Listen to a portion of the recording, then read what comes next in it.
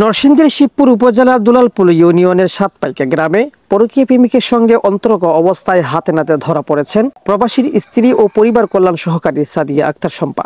স্থানীয় সূত্রে জানা যায়, সাদিয়া আক্তার শম্পার স্বামী হাবিবুর রহমান পেশায় একজন প্রবাসী। বর্তমানে তিনি ইতালিতে অবস্থান করছেন। বিয়ের পর থেকে শম্পা স্থানীয়ভাবে স্বাস্থ্য বিভাগে পরিবার কল্যাণ সহকারী হিসেবে কর্মরত রয়েছেন।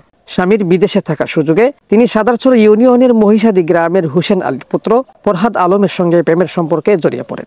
এলাকাবাসীর অভিযোগ, প্রায় রাতে ফরহাদ শম্পার বাড়িতে আসা যাওয়া করতেন। এতে সন্দেহ হলে শনিবার গভীর রাতে স্থানীয়রা তাদেরকে হাতে নাতে আটক করে পুলিশে খবর দেন।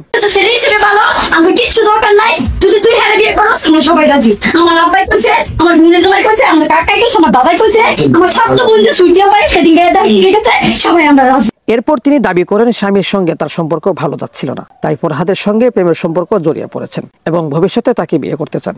শম্পা তার দায়িত্ব ঠিকমতো পালন করলেও ব্যক্তিগত জীবনে এ ধরনের সম্পর্ক থাকা অনুচিত। তিনি বলেন, যতদূর বুঝলাম এটা প্রেম ঘটিত সম্পর্ক ছিল।